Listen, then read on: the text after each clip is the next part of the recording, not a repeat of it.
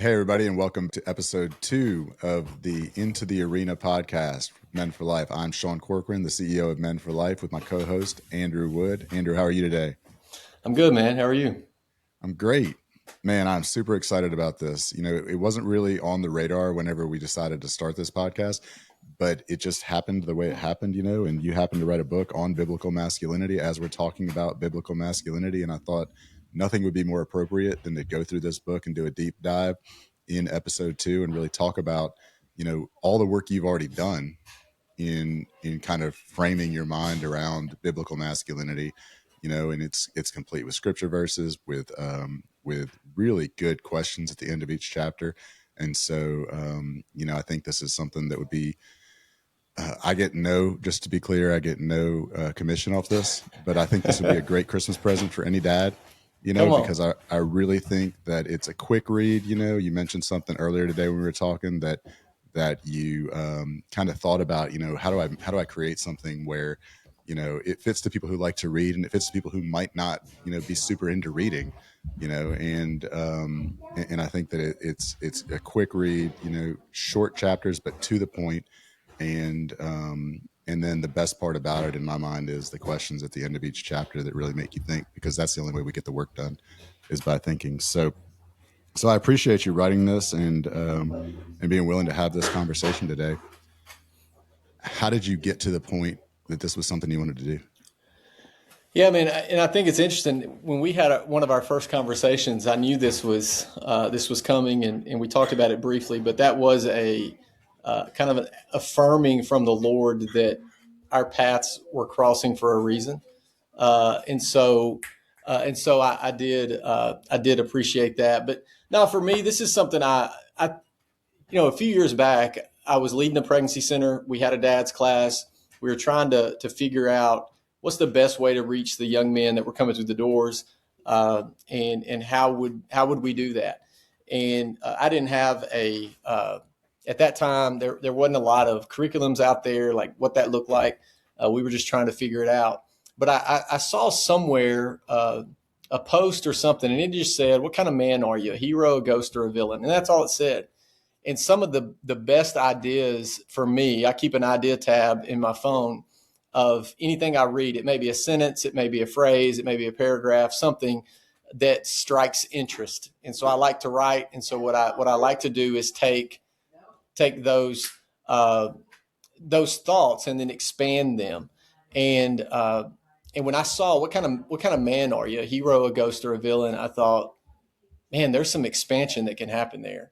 And so I wrote a blog, and then that blog got picked up by a national blog, and then it just that idea always kind of set with me. Every dad's class we would have, if we had new guys in, I would kind of walk them through that framework, because I thought it was important for them as they were stepping into fatherhood, and it just kept sitting with me. And then it was picked up by Bright Course as a Bible study for young dads trying to figure out fatherhood. And then after I put that out, I thought, I probably should put that into book form. And like you said, we talked this morning, and the book form I was thinking about was, I love to read. Well, frankly, I love to listen to books. I'll say that. So I really enjoy that part. But as I'm thinking through that, I'm thinking about guys that may not have the time to read. And as much as I love to read, I got 6 kids. When am I going to sit down and pick up a book? Or if I'm in a small group at church, I got 6 kids, so I got to go get them out of nursery. I got to get them to here and there. And so when I put this together, the thought was short, sweet, to the point, reflection questions, get in, get out, move on, reflect. And so that's kind of where it was birthed. And then I think, just being naive, you think, well, I can put it out and see what happens. And the Lord has been super gracious with the I even got a text from a buddy of mine a little bit ago that I haven't seen in years, and they had a copy in their hand. It's just been cool to see the Lord open doors like that with this. So I'm excited about it. Yeah, and less than a week after it was released, it broke through the top 100 of Christian books in Amazon, right? Yeah, so it broke through specifically the manhood issues, or Christian men's. I don't know. There's a subtitle there, But yeah, the more, and I didn't know what to expect, man. I've just been really, just personally, been really blown away at the traction, and it's been pretty steady every day. Um, and it doesn't seem, people seem to be resonating with it. And I've had people text me and say, I had somebody text me last night, hey, I bought 4 today. Like, it's just I think people are thinking about it as getting it for yourself, but also for your son, getting it for yourself, but also for your the neighbor down the road, or just having a few with you so you can hand out as you come. I had a pregnancy center reach out the other day, and they had a teenager come in, becoming a dad as a teenager, and said, I don't want to make the mistakes my dad made. And they handed him this book, and he lit up. Because why? He's a teenager, and it looks like he could read it quickly, and Yes. and so that was a real cool moment too. Yeah. And I mean, and like I said earlier, the hardest part, and I say hardest as a good thing, is the work, right? The 4 or 5 questions at the end of each chapter that are thought provoking questions that really make you kind of, think about, like, what is it that's going on in my life, contrasted with where I want to be in my life. A good example, in the first chapter, and I don't want to skip over too much of going through what does it mean to be a hero dad, but is the fourth question in there at the end of the first chapter is, what would your kids say right now about what kind of dad you are, and have you asked them lately? And that's a really important question, and it's not something that we necessarily think of because we're dad, right? Like, I'm dad, like, I make the rules and you follow the rules, and then we're all good. And when you don't follow the rules, I bring discipline, and then you will follow the rules next time, right? Right? And Yeah. and I do my best to also show you love. And um and while that's all good, I think it's a great question. What would your kids say about you right now? Because it's something I want to know, you know because my way of thinking isn't necessarily the perfect way of thinking, and it's really dangerous to get into the opposite mindset where I'm right all the time, therefore I don't have to question, how my methods are working. Yeah, and I think too, it's one of those things where we find ourselves, as parents, it's easier if we just, and I'm saying this while I have a screaming child here at the house, but we say this as uh, it's just easier if we just go, look, I'm the dad. My dad Yeah. used to say that. Well, why? Because I said so, and that's the end Yeah. of it. And you're never gonna out yell me. You're never gonna win. You're never going to make me bend. You're never going to, uh, uh, you know, out argue me. And look, there are moments where, as the parent, you do have to kind of go, look, I've explained it to you, and you don't like that explanation, and you just, as the child, have to sit in that and understand.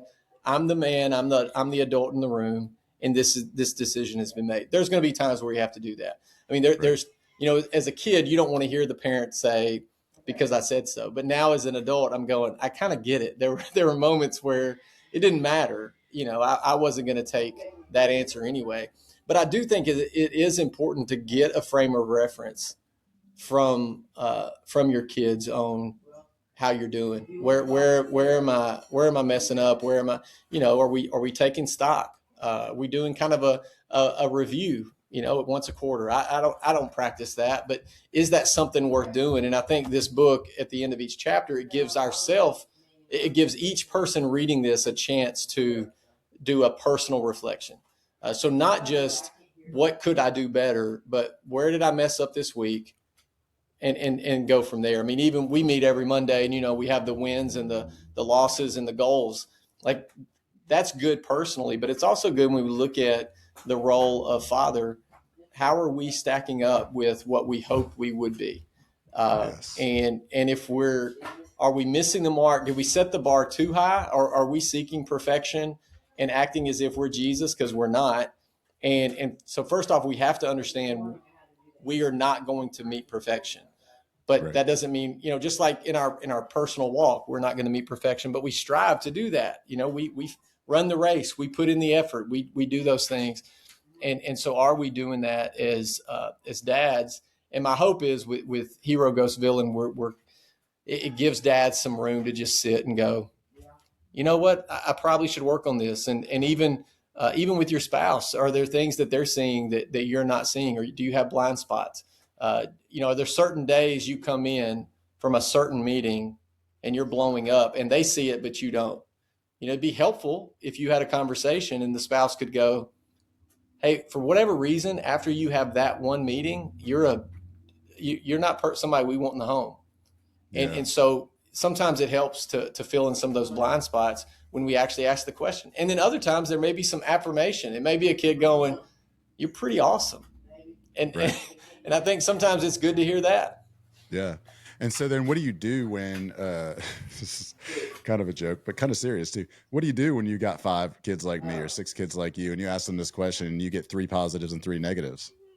Yeah, well, I just don't ask them. No, I'm kidding. You, I think again, we're the adults in the room, so we're going to have to discern what is kind of petty. They're not getting their way versus, Yeah. oh, that's really an area where they're not being seen or heard, and they probably need to be seen and heard. Or, oh, they've reached an age where I'm going to have to shift some things in the way I parent them, because if I want to prepare them to be a young man, to be a young woman, what does that look like? Right. And I think sometimes we even joke about it. We kind of want to keep them small forever, but that's just not going to happen. And so they're not going to be little kids forever. So how are we setting them up for success in that? Yeah. And so this book kind of is really and correct me if I'm wrong, but it's really just a level of intentionality. It adds a level of intentionality to how we're parenting, and I think that, I can look at my bookshelf right now and I can see, all these personal growth books, right? And they're all really in depth, 12 rules to life Mm-hmm. by Jordan Peterson, 12 more or beyond order, 12 more rules. And it's like an in-depth on each of these 12 things. And it's really informative and it's really helpful to think about as I'm reading. But what I like about this book is that, you put out the thoughts and the thoughts are important, but the thoughts are really just an icebreaker to the questions. I know I keep saying that, but I think that's what makes a difference. Is if we're going to be intentional about things, then we really need to frame who is it that we want to be, how is it that we want our kids to remember us. Do we want our kids to remember us the way that we remember our dad, or do we want our kids to remember us the opposite of how we remember our dad? And, and then are we living that, and that accountability to, this is my goal. This is my objective. I'm going to be intentional about that. And I'm going to have some level of discipline towards achieving that goal, just like anything else in life. But then the accountability aspect of, how am I doing, whether you're asking the kids or whether you're asking yourself, you know, am I doing the things that I'm saying I want to be doing? Am I doing the things that are going to get me to where I want to be at the end? And that's what I think these questions are really so helpful. Yeah, yeah. My hope was that, and again, this is real life. I'm sure y'all are hearing, my family in the background. But my hope is with this is that it's not one of those that you read and just put away and you're done with it. I mean, I think about, even if you have kids in different stages of life, you may answer those questions with toddlers one way, and then when those toddlers become, uh, middle schoolers, you may Yeah. go through this and answer those again. And when they're high schoolers, and so my hope is that it is something that I'm a big believer in writing in your book. Uh, and so my hope is that folks will take the time to really wrestle with, uh, where I'm getting it right, where I'm not. Yeah. I Yeah. I don't know if love you it. could even Love it, see Sean. that, but I've written in my book. Yeah, well, and because I do think, and we saw it firsthand. Even, we meet regularly with some dudes on Monday, and I think we even saw it firsthand, as we went through the first chapter of what those questions did for people. Right. It brought emotions out. It brought, uh, hey, I'm killing it here, or I'm struggling here. It brought up old wounds Yeah. that hey, my dad, man, my dad wasn't this, or my dad was this, but my granddad was this, and all those things that we're trying to figure out uh, today. How are we? I love and I write in here about legacy, but to me the legacy aspect is so important, and so I'm always looking down the road at what will they say about me when I'm about to take my last breath? What will they say about me when I'm laying in a casket? What will they say about me when I've been in the ground, but in eternity with my father for 15 years? What will they say anything? Or will I Yeah. just be a thought forgotten? And so those are things that I hope that men are wrestling with, because we should be uh, a people that are, especially Christian men, that are looking to set the stage and pass on those convictions to generations to come, so that they can pass on those convictions to generations to come, and on and on and on. Yeah. And so when we get into hero, ghost, villain, walk us through what is the hero dad. That's how you've got these chapters set up: is chapter 1 the hero dad, chapter 2 the ghost dad, chapter 3 the villain dad, and then we'll move on from there. Yeah. But what is the hero dad? Yeah, the hero dad is one that is present, protective, guiding, loving, not perfect, but faithful. So again, going back to even what you said, intentionality. I mean, are you intentional? Whether you're working from home, or you have a job that has you out of the house for 8 hours, or you travel on the road, and you're home just on the weekends. Or you're co-parenting and you don't even live in the home with your kids. What does intentionality look like? Yeah. So it isn't, I make $1 million a year. It isn't, I'm just super jacked and I can protect this home. It's just, I'm intentional in the lives of my children. I'm involved. I'm part of the process, not part of the problem. And so again, I don't just create problems. I have solutions, and I'm leading, and I'm loving well. I recognize when I step in it and need to make amends. I recognize when I need to repent and ask for forgiveness. I recognize when diapers need to be changed. When what I got to step in and fill the void as needed. And I think that's really what the hero dad is.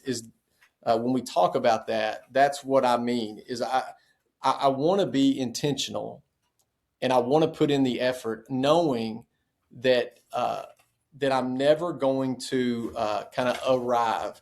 Uh, and so a hero dad doesn't have to be loud, doesn't need a platform, but he does need to be consistent. So every day I make a choice. I'm going to be consistent. I'm going to mess up. I'm going to raise my voice. I'm going to be scrolling on my phone when I shouldn't be scrolling on my phone. I'm going to not set an example. But am I being intentional to, in those moments, make corrections and go, okay, tomorrow I'll make sure I'll do better. One thing we talk about a lot is the time spent on our phone. And so are we being intentional, trying to carve out times where we're apart from that? Uh, or is the only silhouette our kids see of us is this? Because if that's the only silhouette, if you ever ask your kid, hey, draw a portrait of me, and it's this, that's not good. Yeah. And so are we creating those moments? And again, then asking our children, asking our family, asking our spouses, uh, what would be helpful? Where am I now? We have to create boundaries there, and what I mean by that is that's not a dump on dad time. That's a, hey, this needs to be constructive and make sense, not be petty. Like, well, I wish you wouldn't wear those pants, or like those. I wish you wouldn't buy another baseball hat. And so, but it needs to be constructive. Like, hey, every time I do this, you blow up like it's a big deal, but no one believes it's a big deal. Yeah. Or when I come to you with something I'm excited about, you show no emotion, and it makes me think you're not excited with me. Like, those are things that I need to know, because that I really struggle with showing that type of emotion.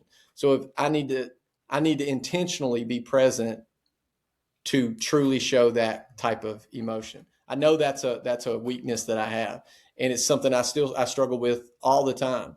And so those are things like that. But that's the hero dad. I'm intentional. I'm asking the right questions, and I'm reflecting at the end of each day of what do I need to do tomorrow to make sure that I'm uh, making the effort. And not to take too far of an aside, but when you say that you are that you struggle with showing those types of emotions, is that something that you think came from your upbringing, like how you, from your dad? Like, and Oh look, yeah, yeah, like I think we're gonna have conversations, especially as this podcast continues to go about our own fathers, you know, sure, and I can be very clear that like my dad is amazing, yep, but like it says on the cover, this is a guide for imperfect dads. My dad is not perfect. You know, there are things that I hope that I do half as well as he did. There are things that I hope that I do differently than what he did. yeah, yeah. But I think for the me emotion that thing is one that I struggle with too. yeah, the emotion thing I think is not just from my dad. I think it's from the Wood side of the family, like my dad's side of the family. My grandma and papa, I loved Bruce and Pauline Wood. I mean, with everything I had, I used to get off the school bus at their house. I spent so much time with them.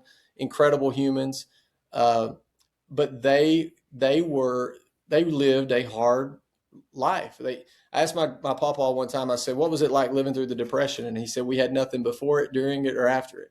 And so I was like, "Okay, well that really sums it up." And so there was very little excitement about things in our life. Uh, there was very little affection shown, and that's not, and that's fine. That I was okay with that. But then because my mom's side of the family more than made up for the affection side of things, and so but understanding that I have to be intentional in that area of my life. Yeah. I have to be like, okay, someone is it clearly excited about that news or what's happening. I need to be excited, and I need to show them that I'm excited. And it's a struggle. Um, the hugging and telling people you love them, like those things. Like, are we? Do we make an effort in that? Do we? Does it make us uncomfortable? It makes me uncomfortable, and so I have to have these moments of like, no, I need to embrace. Sometimes I don't need to embrace it, and you need to just stop hugging me.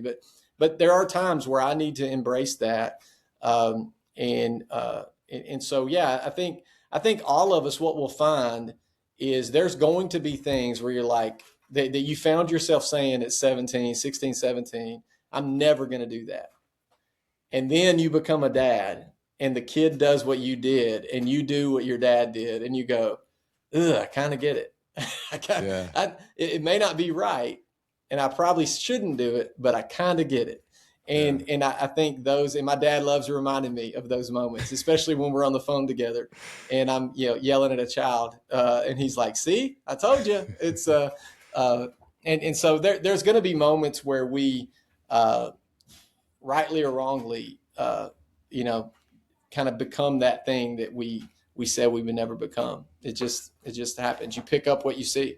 Yeah, I catch myself often yelling something at one of my kids, and then I will finish the thought with, is something my dad would have said that I told him I would never say. You Yeah. know, I'm just Mm-hmm. calling myself out as it's happening because like I feel it. Like I Yeah. am becoming him, you know, and I don't want to stay too long on Hero because I do want to get through, you know, as much of the Yeah. overview of the book we can. But I think, you know, you mentioned having that almost like an AAR, an after action report, where you sit Mm-hmm. back and you say, hey, you know, this is something I could have done better, that I'm going to try to do better tomorrow.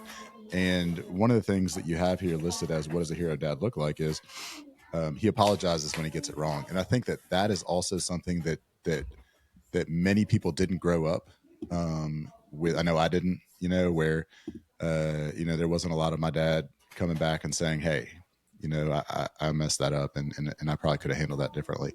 And it's something that's really important to me because I want my kids to know that it's okay to mess up, and it's okay to make a mistake. It's not okay to make a mistake and not own it. because then you can never move past it. And so I really appreciate that is an important part of that. Yeah, Is I think too, it's having that self awareness, because we do in our culture, we have this over apologetic where we are saying the kids run the home, and and with kind of this soft parenting or soft, I don't even know what they're calling it now, but just go to a grocery store and you'll see it. You'll Yeah, see like, oh, that child is kind of rules the roost. If you want to know who leads that home, it's the child.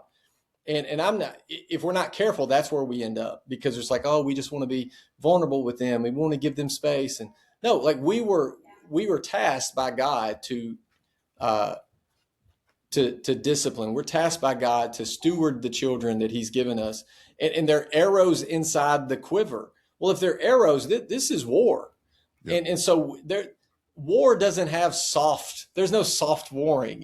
Like we're not. We don't have generals that are like, I was Pillow fight. trained in the I was trained in the art of soft warring.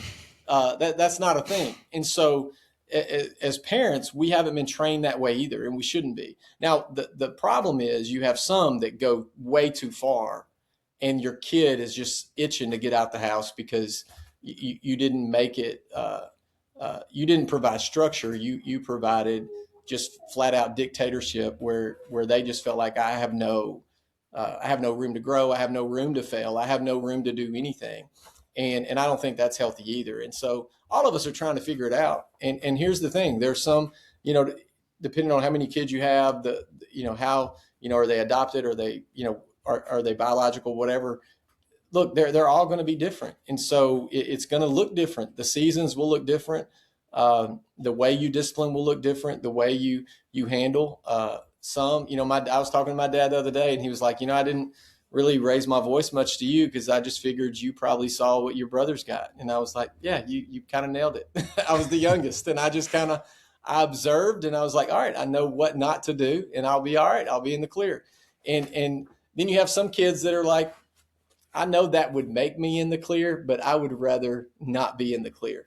And I'm just going to make the choices that put me right in your sights. And so we have to navigate those things. But yeah, I mean, the goal is consistency. It's intentionality.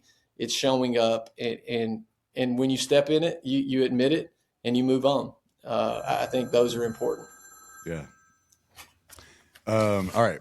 So moving to the next chapter, we got the ghost dad. What's a ghost dad? Yeah, so a ghost dad is, I think sometimes people think, well, the ghost dad is the one that's just not there. He's, maybe a girl, in the line of pregnancy center work, or the life issue, oftentimes it's that deadbeat dad that's just not there. He's disappeared. He's gone. But the ghost dad could also be the dad that is there physically. So he's, he may be helping pay the bills. He's doing those things, but he's not there mentally, spiritually. He's kind of checked out. So look at it as, if you think back to the old sitcom days, it's the dad that comes home, sits in the recliner, and is just oblivious to what's happening at the house. Uh, Yeah. and so it's not that there's animosity toward him, like he's doing bad things. Like I said, he may be paying the bills. He's providing, but he's just kind of checked out from all the other stuff. I used to have guys come up to me at Dad's class, and they were from, we were close to the University of Tennessee, so many of them were from a foreign country, and they would say, our dad made good money. He was there when we would sit down for dinner, but I have zero relationship with him. And they said, we don't want that with our children now. And so the ghost dad is that. He could be the deadbeat that's never there. I would probably put him in the villain category, but the ghost dad is one that just is disengaged, disinterested, and just trying, again, just checked out, and feels like, look, parenting those kids, that's a woman's thing. That's the mom's job. I'll go do these other things, but I don't have a role to play in the parenting aspect of it. And I think that's where the ghost dad comes in. Yeah. I ran into, when I was practicing divorce law, I ran into this kind of person a lot. It was one of the things that discouraged me away from practicing Hmm. that kind of law. And the way that it would come across is, you have a sentence here that says, a father can provide, protect, and still miss the point. A dad engages, a dad invests, a dad shows up, not just with his body, but with his heart, his time, and attention. And what I would find is, and this isn't everybody, of course, but it was enough times that it was really frustrating for me because it's not where I'm at. And that is, when it would come time for custody, where you would think that parents would be fighting tooth and nail to get as much time with their kids as they could, you know, it would be a question of, well, I go fishing, and Mm-hmm. I play golf, and to kind of put it in context, we have a lot of industry here, so a lot of the people who work here work shift work, and so 14 days a month they're off, and so they could do, even though it's a really weird schedule, they could do um, half the month, right? Hmm. Like 50-50. It would be a weird 50-50, but they could do 50-50. And we figured out ways to work it out. But then the concern would come, well, that means I'm with my kids all the time when I'm off. And she's not. Like, which is a different issue, I guess, right? When we're Yeah. comparing like who gets more time away from the kids as though What? that's Yeah. the What a win. weird, what a But weird thing we've done, man. right, but it was, and it's just really frustrating because that can only come from a place that you're describing as the ghost dad. Like if we get to a point where we're getting divorced and now we're talking about custody, and the issue is I can't take my kids 50% of the time because that would mean that I always have them when I'm not working, which means I can't do the things I want to do that don't involve my kids, right? That's what it Mm-hmm. means, even though nobody would ever say that. That can only come from living that type of lifestyle during parenting, which many times is probably what brought them to the brink of divorce, Right. and so I think that happens. I think it happens a lot more than people recognize, but I also think that it happens, almost silently. Kind of like the way the devil works, right? Like he just kind of sneaks in, and you're just going fishing. You're just going to play golf. Yep. With your buddies. You're just going to your poker game. You're just doing this. You're just doing this, and this is all not bad stuff in and of itself. The question is, are you choosing the good, at the expense of the great, right? Yeah, and I think too, it's one thing I put in there is I told a story about when I was a kids pastor, and we're you know pastors typically get to church before everybody else. You're there early. You're getting things set up. So I'm there like normal, and it's one of the volunteers comes in and they said, I just saw a baby, like a baby in diapers, like a toddler walking down the road. And I was like, what? And so I go out there, and sure enough, there's this toddler. I take him into the church. He's one. It's one of those situations where just judging a book by its cover, should be old enough to communicate with me.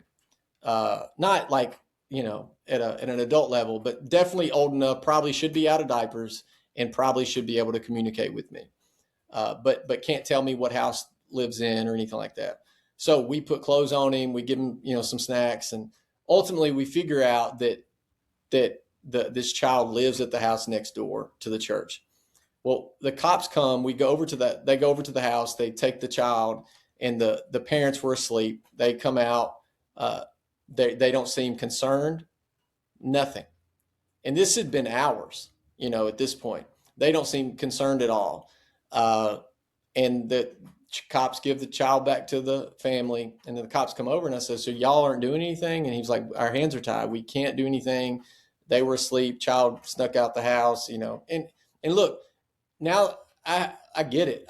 Our kids have done that. Like, it is not, our kids have gone to our neighbors before and been like, our neighbors are like, where's your parents? And they're like, I don't know. And we were at the house, like it was terrible, terrifying. Uh, but here's the thing: if when we stop paying attention, our children can end up somewhere we never intended. And so that doesn't just mean they'll end up on the road in their diapers. What that means, especially from a biblical worldview, is they're going to be discipled by someone to something. So when we stop paying attention, when we disengage, when we let the TV disciple them, when we kind of just pull our hands back and go, look, I provide and I protect. What else do you want from me? They may end up where we never attended they end up. Right. And so I would just say caution yourself because again, no one sets out to be the ghost. It kind of happens over time. Work stacks up. Bills come in, whatever it may be. You get busy, and then here's the thing: you add more children into the mix while you're also busy. It can, if you're not careful, if you're not taking those assessments and really looking in the mirror, you can just be like, no, just turn the TV on and let's all just zone out. Anytime we spend together, it's just us zoning out on Christmas movies. Believe me, that's what I want to do right now during this time of year. But if we're not careful, they'll end up where we never intended. And so that would be my biggest, I guess, caution to folks about being the ghost dad. If you find yourself being faithful at work, faithful to showing up, faithful to being that leader in the marketplace, but not doing those things in the home, I would just, I'm not telling you to leave the marketplace. I would just say, let's take a evaluation of where we're at. Yeah. And so it all comes back to intentionality. Like how are we being intentional with that relationship with our kids and how we're raising them. And I really like how you drew the contrast or the connection between the physical wandering of that child and, you said exactly what I was thinking when you talk about other aspects, like the TV or social media or,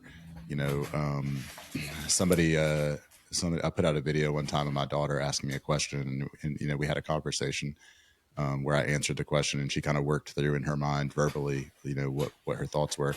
And it was really great. And so I posted it and, I got attacked for indoctrinating my children. I'm supposed to indoctrinate my children. Guilty no as one charged. Else is supposed to indoctrinate my children. Like school is not supposed to indoctrinate my children. My children are supposed to learn about these things from me at home, on my terms. And then when they go off on their own, they can discern as to whether I was right or wrong, and that's fine. But they should not be getting raised by Netflix or by Disney or by social media, TikTok or whatever. Like they should be getting raised by us. Well, and here's the thing too. When you do set the like, there are certain places we don't shop, and I won't go into those, but there are just certain places we don't shop. There are certain shows they can't watch. Right. Now they have friends that we love that shop at those places and watch those shows. But if you ask my kids, why can't you watch that or shop there? What the response that you won't get is because daddy said so. You'll get a thought out. Well, daddy said because X, Y, and Z, this is why we don't shop there. They support things we stand against. That show has things in it that we stand against and opposed to. And so what I'm not saying is say the whole, because I said so. Now, it might have to end with that because they're like, I still don't agree with your assessment. But ultimately, the buck does stop with us. But I do think it's important of when I say, hey, as a family, we're making a decision not to shop at this place. This is why. Right. And these are our convictions, and this is what we stand for. And then you have that conversation. And you say things like, hey, don't you agree? These are these things that we stand for. And can you see where this place does not stand for those things? And then they'll go, well, yes. Okay, that's why we are not going to give them our money. But here's what we will do is we'll shop local, or we'll find other businesses that support the things we support, and we're going to support those folks. And so you're creating this, you're also giving them the opportunity to analyze and discern, because that doesn't mean that my friends and family that shop at that place, they're bad people. Right. I'm not saying that at all, but it gives our children an opportunity to analyze and discern where my convictions are and where I'm going to put my money and my time. That's all. And we're going to mess up. We're going to struggle. They give me a hard time when I'm traveling and that one place is the only place available. My my kids especially, oh, you can shop there, but we can't shop there. I get it now. And I'm like, no, that's, so I get it. It's not, sometimes it's not always black and white. But I think so. I think that's actually what I was gonna bring up when you finished was that I think that is a really enlightening part of that conversation is when, for us, one of the easiest one to talk about is Starbucks. Like we don't use Right. Starbucks because Starbucks pays for their employees to get abortions, and that's something that I'm firm on. But sometimes I want coffee. And the only Yep. place around, because there's 59 million of them, is Starbucks. And my 10-year-old is quick to say, you can't go to Starbucks, they support abortion. And I will go without coffee. Ironically, since we're in the Ghost chapter, what I'll do is I'll stop at a gas station and drink a Ghost energy drink. There you go. There you go. But I like, I appreciate that they're listening, and that, like you said, they understand why. Because it's so much more important than, we don't go to Starbucks. Why don't you go to Starbucks? I don't know. Well, and two, what that's doing is especially when they put it back on us, Yeah. is that tells you are passing down convictions and not because daddy said so. Right. It isn't, they don't want to, I mean, there's part of them that just wants to get us in kind of that moment. But the other part is, well, hold on, I thought you said we stood for this thing, and now it appears as we don't. So do we stand for it or not? And I think that's an important teachable moment. It's an important attribute that we're forming in them as we're raising them as well. Yeah. And since I brought up Starbucks, I'm going to go ahead and bring up 7 Weeks Coffee. And we are not currently sponsored by 7 Weeks Coffee, but we will be sponsored by 7 Weeks Coffee once we get to that point. So even though we get nothing for suggesting that you drink 7 Weeks Coffee, support them. They support pro-life organizations. They've given over $1 million of their profits to pro-life organizations, and it is honestly good coffee. So I feel like that actually sounded like a good pitch. That was a great ad. While we're talking about it, Every Life Diaper Company as well. Now we got boxes of those. Send it to them. Yeah, we got boxes of those in our bedroom. They're great diapers, and the only diapers we use. I got 2 kids wearing them right now. So we're gonna have to have those conversations after this. And Ghost energy drink. Yeah, right. All right. So moving on to the villain. And we're not going to go through the entire book because I do want people to buy it and I want them to read it. But I do think hero, ghost, villain, that it's important. And then I'd like to talk about legacy because you brought that up. And I think that's a super important part about what we're doing as a father. Yeah. So a villain dad is the dad that may be there, but no one wants him there. I think sometimes we find ourselves going, I want to be, it's easy in culture to call people deadbeat dads and they're not around. And, but here's the reality. Some of those dads, aren't wanted around, and there's a reason why they're not wanted around, but then there's others that are married in the home.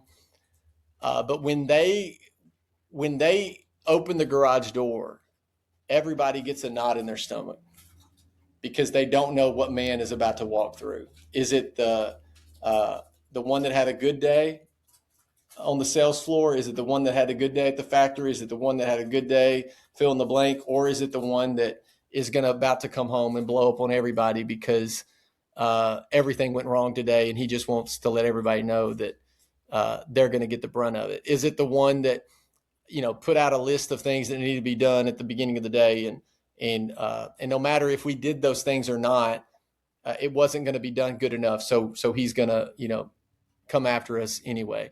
And I think that's the villain dad is one that is causing chaos in the home and just creating an environment that a spouse doesn't want to live under, that they're trying to figure out how to navigate it. And the kids are like, here's what I do know is stay off his bad side, but really I just don't want to be around him at all because he's so volatile. It's not healthy. And I think this is the one that if we're not careful, although it sounds really bad, but I can tell you right here that I have been that dad. Right. And not for a long extended period of time. It might've been for half a day. It might've been for a couple of days because of a stressful work situation or because of what was happening, in my other, in like with family or whatever it could be. Who knows what it could be?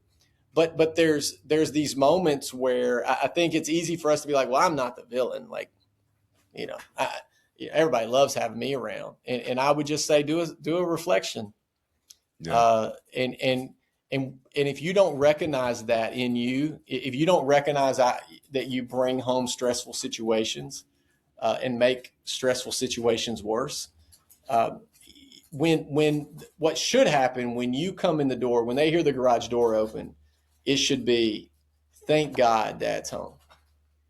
Like you should walk in with peace, Right. and not, hey, everybody run to your room, get out of his way, get him his beer and give him a recliner. Like that shouldn't be the mindset. And I would just encourage, as men, I think sometimes we think we're just, kind of this tough, rugged presence. And in that tough, rugged presence, you should bring peace to every situation. You Yeah. should bring peace to your home. And now, when non-peace, when violence is threatening to come in our home, we have to then turn into the protector that keeps that away from. Why? Because we keep peace in our home. I heard a pastor say one time, he says, sometimes my wife will say things and I'll say, no one talks to my wife like that, especially you, because we tell ourselves things internally. And what he was saying was his wife was saying things about herself in that Yeah. moment that was not true, and taking her out of the identity of Christ. And so what he was trying to do is bring the peace of God into that moment. And we should see ourselves as we're bringing the peace into these situations. And so instead, sometimes we end up being the villain and we struggle and we create chaos, and it's not a good look. I mean, villains can be loud or quiet. I think that's important too. Sometimes we always put that on the loud ones, the ones that are yelling and raising their voice. But some villain dads rage, others ignore. Some control, others manipulate. Some abandon, others smother. So it doesn't always look like abuse or trauma. Sometimes it looks like sarcasm that cuts too deep, and that that's something I struggle with. I love making jokes, but sometimes those jokes, especially if you have daughters, I would just say be careful. Sometimes those jokes cut too deep. Rolling of the eye that shames, or a dismissive tone that says you're too much or not enough. So again, just take stock of where you're at, and the way, what environment are you creating? And I would encourage you, this is a hard one, but I would encourage you to sit down with your spouse. I would encourage you to sit down with your kids and say, hey, when I walk in the door, am I bringing peace? What am I bringing? What kind of, what lights in you or doesn't light in you when I walk in the room? I think that's a question that and dads, you have to be willing to take the response that you get. But I think if you feel like you're in that place, it's never too late to make a shift. But that's the villain dad. That's the one where we've gone too far, or we're just creating, looking for an old word, calamity, everywhere we go. Right. And I really appreciate that you brought up the difference between boys and girls, because I think that's really important, and it's something that I've had to learn, both as a parent and as a husband. But I think it took having my first daughter to recognize the impact that I was having with the jokes, specifically talking about the jokes, Mm-hmm. in my marriage, because it was just it was just confusing to me that like how I would talk to anyone, that Michelle could find it, could see the joke, the humor in it if I was talking to Yeah. somebody else. But when I was exactly consistently the same in saying something to her and picking on her, and lovingly, of course, but like that it would just be this huge different thing. Like it just wouldn't connect that this is like I'm, attacking her, almost. Right. And I think that's something that that I didn't recognize until I started seeing it, with my daughter, that it's just not the same.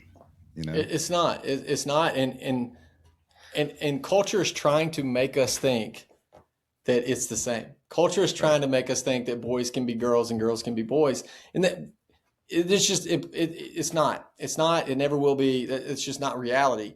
And so, as I'm parenting, there are things that my son and I joke about that I would never joke about with my daughter. And these aren't bad things. They're just things that and I'm having to now shape him to understand. Look, there's some jokes that you can't say. You can't use sarcasm on your sister because it cuts deeper than what you think it does, Right. and you need to know that.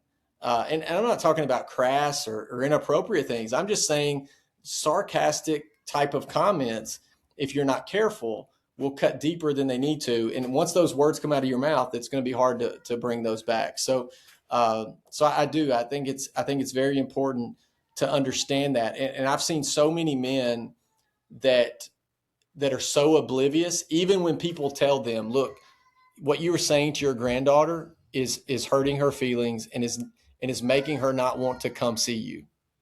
Yeah. And then the response is, "Well, I'm just joking. You know that's me." And I'm like, "Well, if that is Yeah. just you, I just need you to know you just being you is going to run your granddaughter away from you."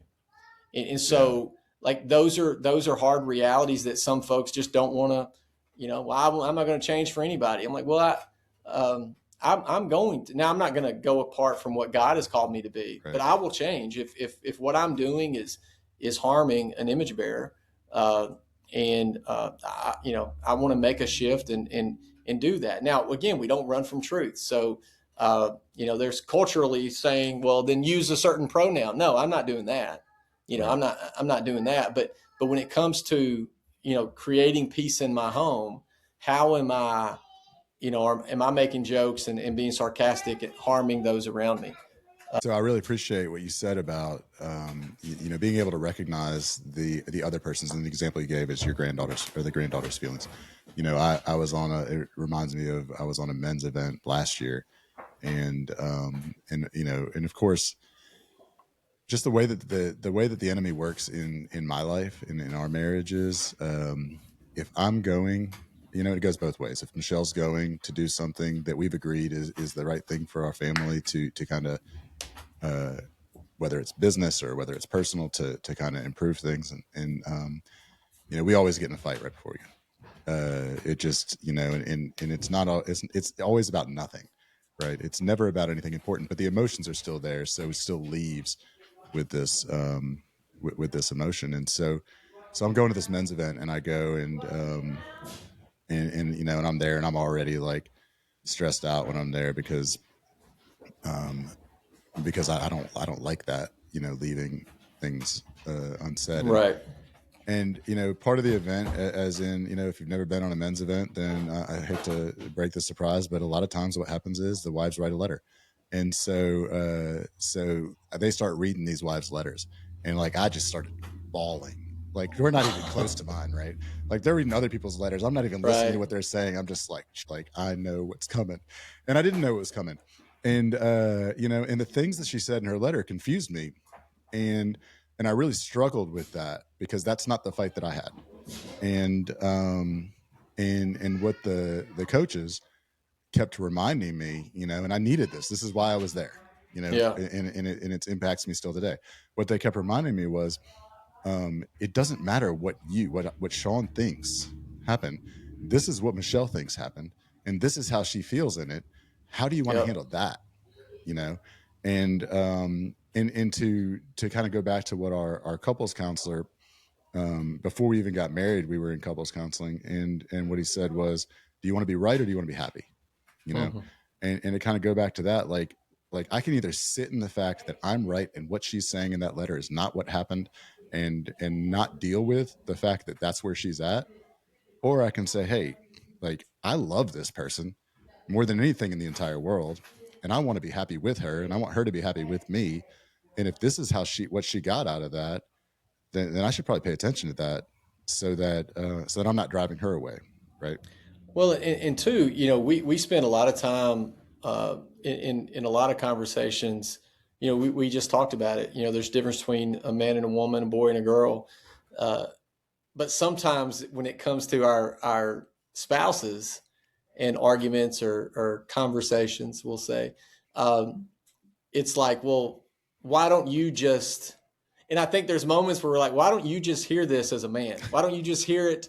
Like, I want you to hear it and respond in the way that needs to be. And instead, the reality is she's not a man. And so Right. she's going to hear it and respond in a way that is it. And in the same way, what women need to hear is, hey, your husband's not a woman. And so, yeah, I may not hear and respond the way that you think that I should hear it and respond in it. Uh, and again, we have opportunities in that, even when we handle it poorly. Those are teachable opportunities for our children on this is how you handle conflict in a marriage. These are things that are just going to happen. Uh, Recognizing, hey, daddy messed up there, probably shouldn't have handled it that way. All of that. But again, a villain isn't interested in any of those things. A villain would have said in that moment and been like, that letter's wrong, and I'm going to let her know when I get back home. And like that's what a villain is going to continue to cut deep every opportunity, rip those old wounds off, like continue uh, to cut deep in those moments. And again, there are going to be days where even the best of us find ourselves as the villain. Right. But tomorrow's a new day, and so the next hour is a new hour. Some of us need to break it down like that. Of hey, I've had a really good hour. Let's see if I can make it too. And really try to be the man and dad that God's called us to be. And I think that's what's really important about this is that you say it in the title. It's an imperfect dad's guide to who want to a guide for imperfect dads who want to grow, lead, and love well. But then you say it throughout the book. God doesn't call perfect fathers; He calls faithful ones. If this sounds like you, it's not too late. Like we still have, no matter where you are in life, it's not too late. Like today is the day that you start, whatever it is. And so I think that's really important that whether you read this book and you say, hey, I'm really close to the hero, but I got a little villain in me, and it doesn't have to be the thing that brings you down because you're not perfect, because we're not going to be perfect. Like you said earlier, there's only one perfect human, and that was Jesus Christ. And good luck, right? Good luck Yeah, right. trying to become Jesus Christ. So with that in mind, then we go into the next three chapters, which are, what our kids need most, more than a coach, more than a provider, and when we get it wrong. And that kind of rounds out the middle of the book that I'm not going to get into so that people will buy it and read it. But then we get to the end, right? And the end is legacy. And so tell us what you mean, and what you hope to impart upon the reader when you get to legacy. Yeah, for me, I think what I've always been, my family even jokes I was born a pawpaw. Like I've been an old man trapped in a young man's body for a long time, uh, and so I've always had uh, this legacy. Like what's being left? What is uh, what will folks say about me one day? What will folks say about our family? What will folks say about our last name? Last name in our family's always been important. My dad has always said, I'm glad I got sons and I'm glad y'all had sons. That means that Wood name's going to continue on at least for a little bit longer, because we care about the last name. Now the question is it just the name? Is that what we care about? It's just like when people say, I got a farm and I'm going to pass it on. Like, is it just the land, or is it how the land is maintained and what it's used for moving forward? And so I think sometimes we think legacy is an old man's uh, mindset, but the reality is legacy starts today. You're building that legacy today.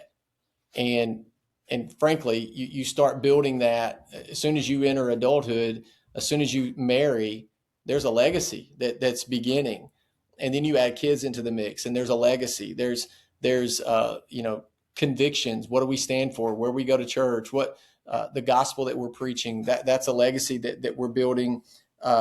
We're building out. So the question is, how are we going to do that? How do we respond when our child fails?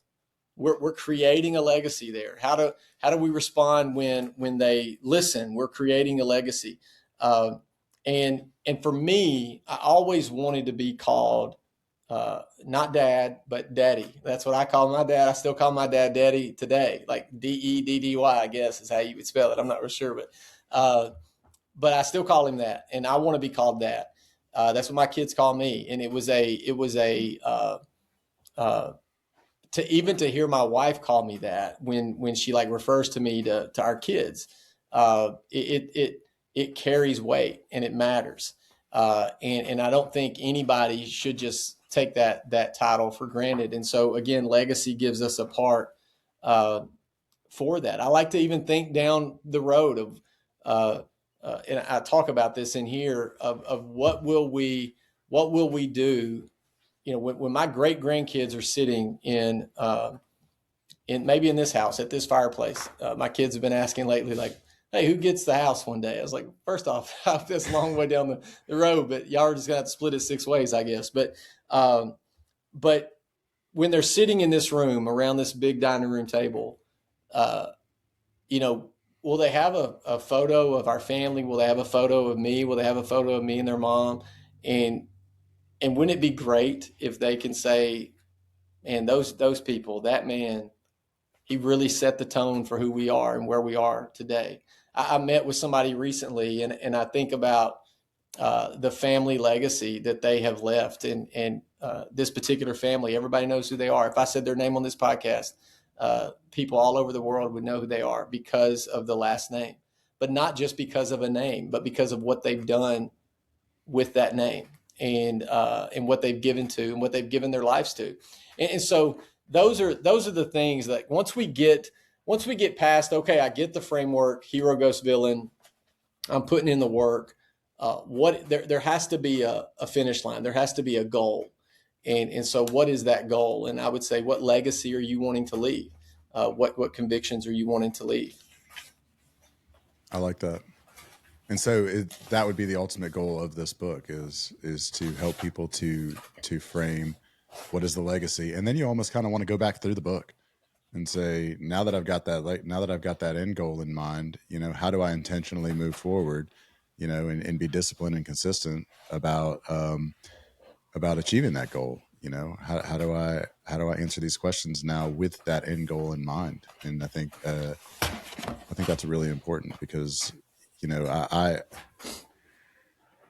to me, the legacy, as I think about it, is how are my kids going to impact the people around them, when they go off, even if nobody remembers except for my kids. Hopefully they remember my name. And even if Right. nobody remembers my name, Yeah.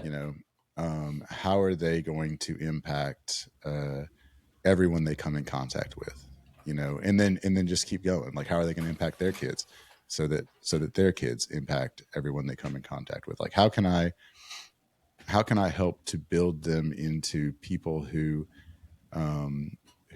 leave their own legacy, right? Because if I can do that, then I win. And Well, they and most people don't set out to, that everyone will remember my name. I bet George Washington never set out and was like, what did I need to do to make sure people remember my name? What he did was the next right thing. That's what I'm going to do. I'm going to do the next right thing. I mean, the man in the arena, Roosevelt, like it wasn't, it was, I'm going to do the next right thing. And then that will lead me to the next right thing. And so next week I'm going to go and I'm going to spend time with my grandmom and granddaddy because they're going to be married for 74 years. And I think about that legacy. And my granddaddy now has me and my brothers and my cousins. He has grandkids.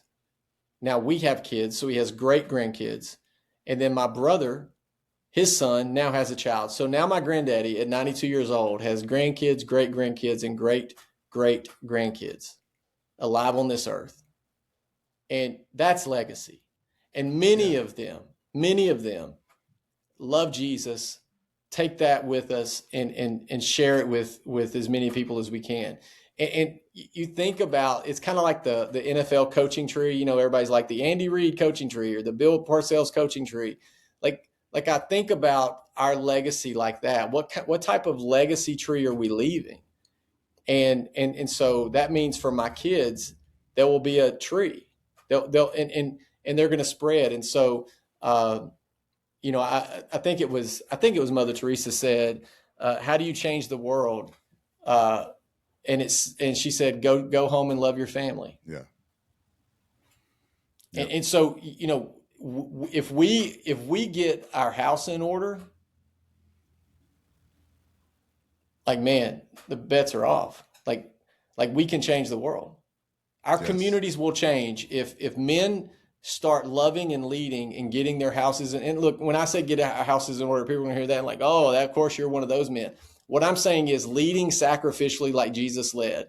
If we get our houses in order, if the houses in my community in Tennessee are in order, our community will be better.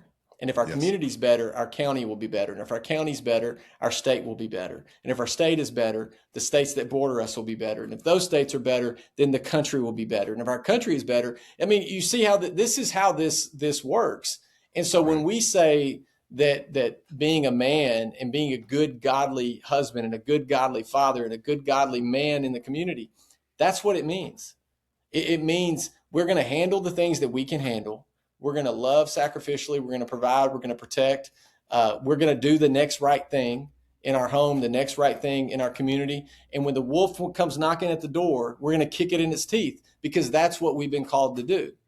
But other than that, our home is a home of peace until we need to roll our sleeves up and take out the serpent. And so, like that's the ideal that we're trying to lay out here. And I think for some guys, because it hasn't been modeled, it seems so foreign.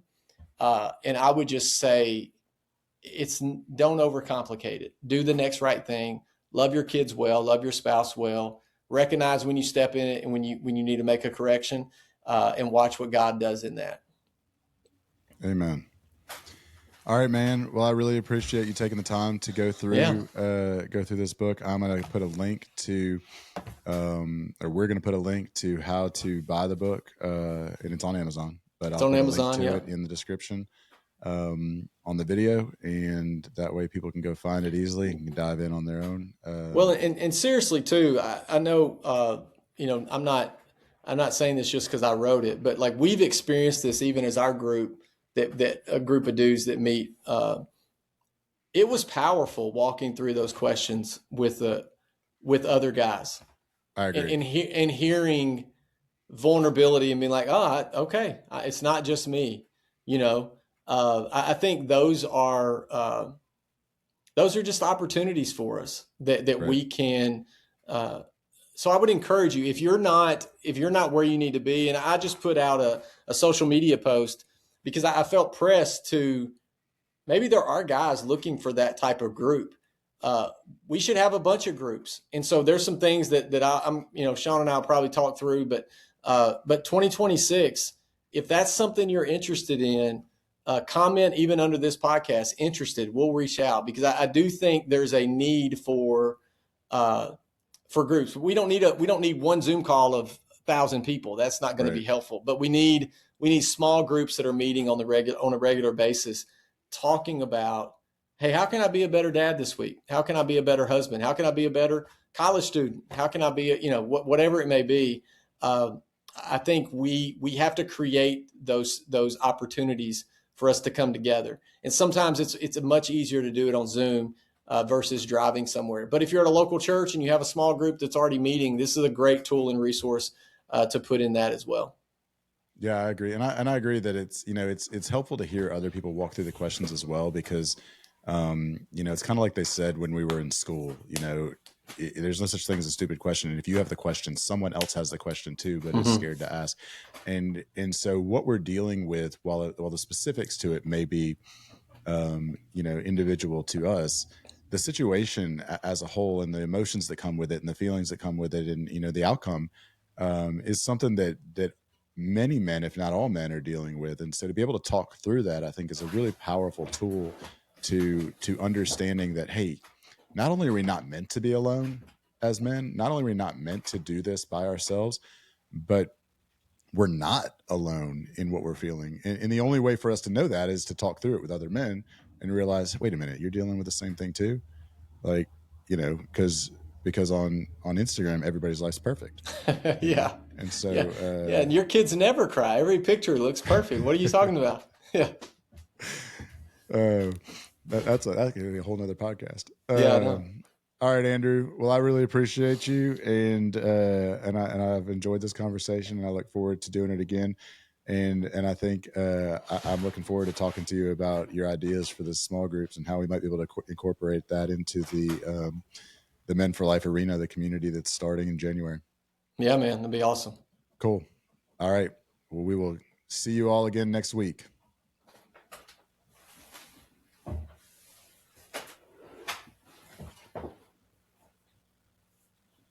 Sorry.